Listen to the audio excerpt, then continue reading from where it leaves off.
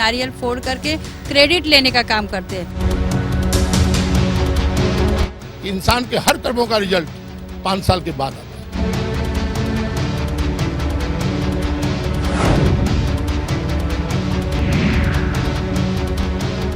Break के बाद हमारे इस खास पेशकश मुंबई की आवाज में आपका स्वागत है। ब्रेक पर जाने से पहले हमने कुछ लाइफ गार्ड के जवानों से बात करने की कोशिश की थी और ये जानने की कोशिश की थी कि साल के 365 दिन वो अपनी सेवाएं देते हैं तो बदले में उन्हें कितना मानधन दिया जाता है। इसके अलावा यदि आपातकालीन स्थिति उत्पन्न होती है तो ऐसे विकट परिस्थिति में वो उस परिस्थिति का ये सामना कैसे करते हैं, ये हमने जानने का प्रयास किया था। एक बार फिर हम जाएंगे किसी अन्य लाइफ गार्ड के जवान के पास। सबसे पहले आपका नाम जानना चाहेंगे। बंटी राव। बंटी राव तो काफी जाना पहचाना नाम लग रहा है। आपसे जानना चाहेंगे बंटी, अब तक बतौर जीवन रक्षक लाइफ गार्ड आपने ड्यूटी के दौरान कितने लोगों की जानें बचाई हैं? सर अभी तक मैंने मेरे 17 साल में मैंने 46 लोगों की जान बचाई है और 40 से ज्यादा डेड बॉडीज निकाली है यहाँ से। जब आप देखते हैं बंटी की समंदर के भीतर कोई डूब रहा है और आपको इस बात का भी अंदाजा रहता है कि उस समय आप भी यदि पानी में जाकर उसे बचाने की कोशिश करेंगे तो पानी जो समंदर की लहरें हैं काफी उफान पर हैं और वहां जाना आपके लिए भी धोखेदायक होगा, तो ऐसी परिस्थिति में आप क्या करते हैं? सर सबसे पहले तो मैं दूसरे लाइफ गार्ड्स को तैनात करता हूँ कि मैं जा रहा हूँ, अगर कुछ प्रॉब्लम हो तो तू पीछे से मुझे बचाने के लिए आ जाना। तो सबसे पहले लाइफ गार्ड्स का ये होता है कि पहले खुद की रक्षा करे, उसके बाद दूसरों की रक्षा करे। तो मैं पहले खुद की सेफ्टी देखता हूँ, उसके बाद सामने वाली विक्टिम को बचाता हूँ। जब परिस्थिति आती है किसी के डूबने की तो ऐसे समय में सरकारी महकमे का कोई अधिकारी कर्मचारी यहाँ नहीं होता, चाहे वो पुलिस की बात करें, चाहे बृहन मुंबई महानगर पालिका की बात करें। ऐसे समय में आप लोग खुद डिसीजन मेकर होते हो, कैसे कोऑर्डिनेशन करते हैं आप अपने सहयोगियों के साथ? सर जी हमारा कोऑर्डिनेशन ऐसा है कि जुहू बीच पे आपको मालूम होगा कई यहाँ चाय बेचने वाले हैं, चना बेचने वाले हैं, तो हमने सबको ट्रेनिंग देके रखा है और यूनिफॉर्म सबके पास नहीं होता क्योंकि उनको धंधा करना रहता है। तो सबको हमने ट्रेन करके रखा है, सबके पास हमारा मोबाइल नंबर है, हमारा हेल्पलाइन नंबर है। तो कभी भी किसी को दिखता है कि कोई यहाँ इंसिडेंट हो रहा है, कोई डूब रहा है, तो वो या तो कॉल करता है मुझे या तो उस जगह में अगर इमरजेंसी हो तो वो खुद अपना धंधा रख के चला जाता है और उसको बचा लेता है। जब विजडम जहाज यहाँ पर फंसा हुआ था और उस दौरान जो सेना के जवान थे वो भी इस चीज को समझ नहीं पा रहे थे क्योंकि बड़ी मुश्किल घड़ी थी और ऐसे समय में भी आपने उनका सहयोग किया था, क्या महसूस किया था आपने? कैसा लगा था कि इतनी सारी समस्याओं का सामना आपको करना पड़ा था? सर जी बहुत सारी समस्याओं का सामना करना पड़ा था क्योंकि वो टाइम ऐसा था कि हम लोग फ्री ऑफ कॉस्ट में काम करते हैं और तब हमने शासन से कहा था कि हम लोगों को यहाँ पर फ्री ऑफ कॉस्ट में नहीं करना है क्योंकि ये सिर्फ किसी दूसरे का था, ये कोई प्राइवेट मामला तो है। तो हमने सिप वाले से बोला कि हम लोग को आप सैलरी दो तब हम काम करेंगे, तो उन्होंने मना कर दिया। मना करने के बाद दूसरे दिन हमने वहाँ पर लाइफ गार्ड की ड्यूटी नहीं दी, तो दूसरे दिन वहाँ पर उस सिप वाले की वजह से 2 बच्चे की मौत हो गई थी क्योंकि वो सिप इतना बड़ा था कि लोग उनको छूने की कोशिश कर रहे थे और छूने जो भी बंदा जा रहा था वो सिप के नीचे घुस जा रहा था। तो जब वो सिप के ऑनर को पता चला कि मेरे सिप में 2 लोगों की मौत हो गई, तब उन्होंने हमसे कांटेक्ट किया और बोला कि आप लोग प्लीज आए और उस टाइम पे हम लोग को उन्होंने कुछ पे किया था। इस चौपाटी की यदि बात करें बंटी, तो कौन कौन सी ऐसी जगह है जो सबसे ज्यादा धोखादायक है? मसलन के तौर पर हमें बताया जाता है कि मोरा गांव के पास एक सिल्वर बीच है जहां पवेट फंसा था, वो जगह थोड़ा सा ज्यादा डेंजरस है, थोड़ा सा उसके बारे में बताइए। सर जी मोरा गांव ऐसा है कि वहाँ कोली एरिया है, पूरा सारे मछुआरे का देश है, वो छोटा सा देश है। वहाँ क्या इलाका है, ये एक इलाका है, तो वो एक कॉर्नर है क्योंकि उसके बाद का जो एरिया पूरा वर्सोवा 7 बंगला है, रॉक्स एरिया है। तो वो एक कोना है जहाँ पर पानी आके वहाँ एक बड़ा सा गटर भी आप देख सकते हो, तो वहाँ हमेशा डीप हो जाता है क्योंकि पानी का आना जाना लगा रहता है, तो उस जगह हमेशा खड्डा हो जाता है। तो उस वजह से हमने वहाँ पर अलर्ट किया कि वहाँ स्विमिंग करना वर्जित है, मगर फिर भी वहाँ के लोग जो लोकल कोली लोग हैं वो लोग बोलते हैं कि नहीं हम लोग यहाँ है, हम लोग देखते हैं। तो ये बताइए एक लाइफ गार्ड की टीम में शामिल होने के लिए कौन कौन सी ट्रेनिंग दी जाती है?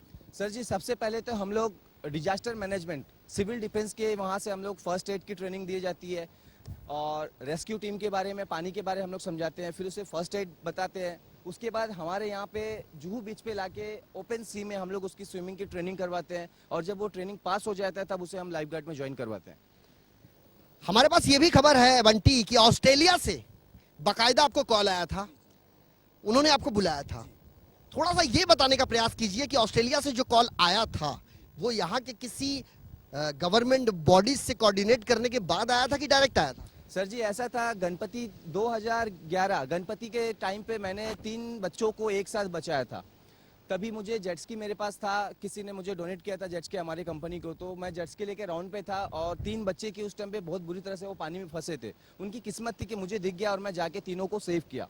तो मिड डे न्यूज़ जो न्यूज़पेपर है मिड डे वाले ने नेक्स्ट डे मुझे आर्टिकल उन्होंने छापा, तो वो आर्टिकल काफ़ी बड़ा हो गया था। तो ऑस्ट्रेलिया कंपनी जो उन्होंने देखा और उन्होंने मुझे अगले दिन सेम डे आर्टिकल के साथ में मुझे उन्होंने इनवाइट किया, please happy to oblige to come Australia.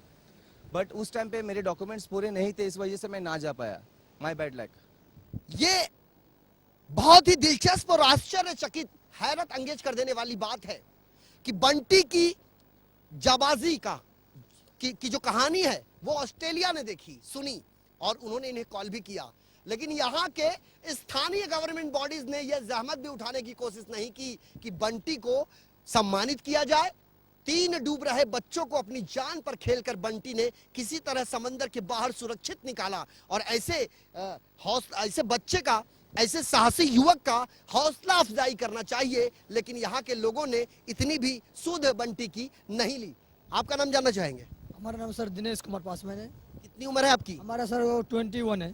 कितने, कहाँ रहते हैं आप? अब मैं जूहू बीच में प्रफर रहता हूँ। कितने साल से आप सेवा दे रहे हैं? मैं सब 11 साल से कुछ इधर हूँ। आपको तैरने आता है समंदर में? बहुत तैरता हूँ अभी। कहा जाता है कि जो स्विमिंग पूल में तैरा जाता है वो तैरना और समंदर के भीतर तैरने में जमीन आसमान का फर्क है। ये तो बहुत फर्क है सर। मैं स्विमिंग पूल में तो कभी नहीं तैरा हूँ, बल्कि समुद्र में ज़्यादा तैरा हूँ। तो आपको यहाँ डर नहीं लगता? जब हमको डर लगेंगे, हम दिन रात इसी में खेलते रहते, हमको क्या डर लगेंगे। ठीक है, तो अब तक आपकी क्या रिक्वायरमेंट है? रिक्वायरमेंट यही है, हमको बहुत सेफ्टी नहीं मिलते हैं। हमारा सर हमको बहुत कोऑपरेट करते हैं, हमको सपोर्ट करते हैं। बेटा जो भी बचते रहेंगे उनको बचाओ। हम दुनिया के लिए कुछ नहीं, हम अपने लिए भी करते हैं, दुनिया के लिए भी कुछ करते हैं। हमको इसके लिए हम बचाते हैं पब्लिक को। बचने वाला रहता है उसको बचा लेते हैं, जो नहीं बचने वाला भी रहते हैं कोशिश करते हैं बचाने की उसको। यानी आपके सर, आपके गुरु आपको सपोर्ट करते हैं, लेकिन सरकारी महकमा नहीं करता है। बाबू आपका नाम क्या है? संदीप। कितने साल के हो आप? मैं 21 21 के हो। आपको तैरने आता है? या तो आप भी लाइफ गार्ड की आपने टी शर्ट डाली हुई है। कितने दिन से हो आप यहाँ पर? मैं यहाँ 9 महीने से हो। तो ये बताइए, पानी के अंदर आप जाते हैं, आपको डर नहीं लगता? नहीं। नहीं लगता। यही जज्बा हर उस जीवन रक्षक युवक के जहन में है जो अभी इन्होंने हमारे सामने रखा। आपसे आपका नाम जानना चाहेंगे? उदय सा कहाँ रहते हो आप? जूहू बीच पे ही रहता यहाँ कितने महीने, कितने साल से हो? हूँ। 2009 से। 2009 से हो। 2009 से लेकर अब तक का जो तजुर्बा आपको इस समंदर के भीतर का मिला, कैसा रहा? सर कैसा लगा आपको?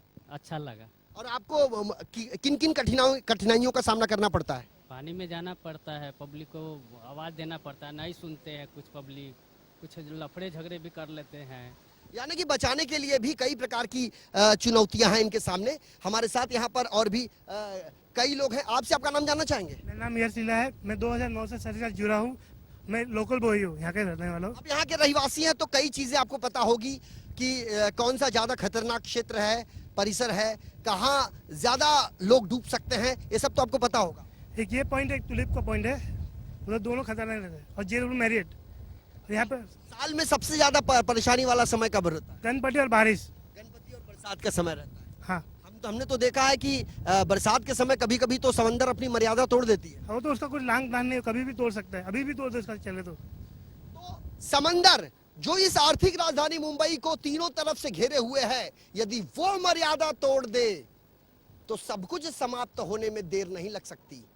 लेकिन हमारे जो डिजास्टर मैनेजमेंट है बृहन मुंबई महानगर पालिका का, वो इसको लेकर गंभीर तो होती है, लेकिन वो कितना गंभीर होती है उसका भी अंदाजा यहाँ के मंजर को देखने के बाद आसानी से लगाया जा सकता है कि कड़ी चिलचिलाती धूप में अपनी जान को जोखिम में डालकर लाइफ गार्ड के जवान दिन रात यहां लोगों की जान बचाने के लिए तैनात रहते हैं। लेकिन सरकारी महकमा जो है वो उदासीन रवैया अख्तियार किए हुए है इनके प्रति। इन्हें किसी तरह का कोई मानधन नहीं दिया जाता, इन्हें किसी तरह का कोई मासिक वेतन नहीं दिया जाता, यहां तक कि इन्हें सम्मानित भी नहीं किया जाता। चाहे यहाँ के जोन 9 के जो डीसीपी हैं सत्यनारायण चौधरी साहब, चाहे वो हो, चाहे यहाँ के एडिशनल पुलिस कमिश्नर वो साहब हो, किसी ने भी इनके तरफ कोई ध्यान नहीं दिया, जबकि होना तो ये चाहिए कि ऐसे जवानों की हौसला अफजाई करने के लिए इन्हें समय समय पर सम्मानित किया जाए। वैसे यहाँ के additional police commissioner Tsering Dorje साहब हैं, जो कई बार इनसे मुलाकात भी करके गए, लेकिन जब बात सम्मानित करने की आती है तो कहीं ना कहीं लोग कन्नी काट लेते हैं। वैसे हमारा ये प्रयास है, हम यहाँ किसी की खिलाफत करने नहीं आए हैं, हम किसी का विरोध करने नहीं आए हैं और ना ही किसी को टारगेट करने आए हैं। हमारा मकसद सिर्फ इतना है कि आर्थिक राजधानी मुंबई में रहने वाली जनता जब समंदर की लहरों में लुफ्त उठाने के मकसद से जाती है और जब लंबी लंबी उठने वाली समंदर की लहरें अपनी आगोश में उन्हें लेती है, तब ये जीवन रक्षक दल अपने मुद्रा को तोड़ता है और उन्हें बचाने के लिए अपने जान को भी जोखिम में डाल देता है। बहरहाल हमारे आज के इस सफर में मेरे साथ अभी के लिए इतना ही, लेकिन बंटी कुछ कहना चाहते हैं। जी बोलिए। सर जी, अभी हम लोग का जो ये एसोसिएशन है, हम लोग हमेशा चाहते हैं कि हमारे लाइफ गार्ड्स हमेशा सेफ रहे, क्योंकि इनकी जान लेके हमें कोई फ़ायदा नहीं होने वाला है। तो इसकी वजह से हम लोगों को बहुत प्रॉब्लम होता है, क्योंकि हमारे पास बहुत सारे इंस्ट्रूमेंट्स नहीं है। 2 लाइफ गार्ड जैकेट और 2 लाइफ सेफ्टी रिंग इसके साथ सेव नहीं किया जाता है, क्योंकि आप जानते होंगे कि ये पूरे बीच 5.5 किलोमीटर का है। 5.5 किलोमीटर में कम से कम 50 लाइफ गार्ड्स चाहिए। 50 life guards, 2 life jacket, 2 ring नहीं होता है। हमने यहाँ के शासन से बोला था कि हमें वॉच टावर चाहिए, 50 जैकेट चाहिए, 50 रिंग चाहिए, कायाक चाहिए, पर अभी तक मुझे कोई रिप्लाई नहीं मिला है। और इसके बिना लोगों की मदद करना बहुत मुश्किल होती है। सूबे के मुख्यमंत्री देवेंद्र फडणवीस साहब हों या बृहन मुंबई महानगर पालिका के कमिश्नर अजय मेहता साहब हों, अपनी बातों को किस तरीके से आप उनके सामने रखेंगे? सर जी, हम उनसे हाथ जोड़कर बस विनती करेंगे कि सर जी, हमारे एसोसिएशन को आप मदद करो, हम एक कदम बढ़ाएं, आप हमारे साथ हमारे कदम बढ़ाओ आप भी, और लोगों की सेवा करो, देश की सेवा करो, क्योंकि ये देश हमारा है, ये समुंदर हमारा, यहाँ के लोग हमारे हैं, उसकी जान बचाना हमारा हक है। क्योंकि ये समुंदर है, इसमें पुलिस जाती नहीं है, आर्मी जाती नहीं है, तो इसके वजह से इसके लिए एक बना है लाइफ गार्ड। तो लाइफ गार्ड के ऊपर में ध्यान नहीं देती है महाराष्ट्र गवर्नमेंट। तो मेरा ये कहना है कि गवर्नमेंट, जो शासन है, जो यहाँ के लोकल एमएलए है, नगर सेवक है, वो हमें ध्यान दे। हमारी बिल्कुल समंदर भी हमारा है, लोग भी हमारे हैं और ये देश भी हमारा है, और इस समंदर में जाने वाले हर वो शख्स जिसकी जान खतरे में हो, उसे निकालना भी हमारा कर्तव्य है, और इस कर्तव्य का हम पूरी निष्ठा से पालन करते हैं। तो फिर हमारे प्रति इतना उदासीन रवैया क्यों अख्तियार किया जा रहा है? ये सवाल है सूबे के मुख्यमंत्री देवेंद्र फडणवीस साहब आपसे, और ये सवाल है एशिया की सबसे बड़ी महानगर पालिका कहे जाने वाली बृहन मुंबई महानगर पालिका की, जिसके कमिश्नर है अजय मेहता साहब, और जिस महानगर पालिका का आर्थिक सालाना बजट 32,000 करोड़ से भी अधिक का है। हमारे पास ऑफ द रिकॉर्ड ये भी सूत्रों के हवाले से जानकारी है कि हर साल 55 से 60 लाख रुपए लाइफ गार्ड के लिए वहां से दिए जाते हैं, लेकिन इन तक वो पहुंच नहीं पाता। हमारा ये प्रयास तब तक जारी रहेगा जब तक सरकारी महकमा इनके प्रति गंभीर मुद्रा अख्तियार नहीं करता, कोई पारदर्शिता के साथ कोई फैसला नहीं ले लेता। बहरहाल हमारे आज के इस सफर में मेरे साथ अभी के लिए इतना ही। कल हाजिर होंगे किसी अन्य इलाके की अन्य समस्या को लेकर। तब तक के लिए कैमरा पर्सन देवानंद सिंह के साथ मुझे यानी संजय मिश्रा को दीजिए इजाजत। नमस्कार।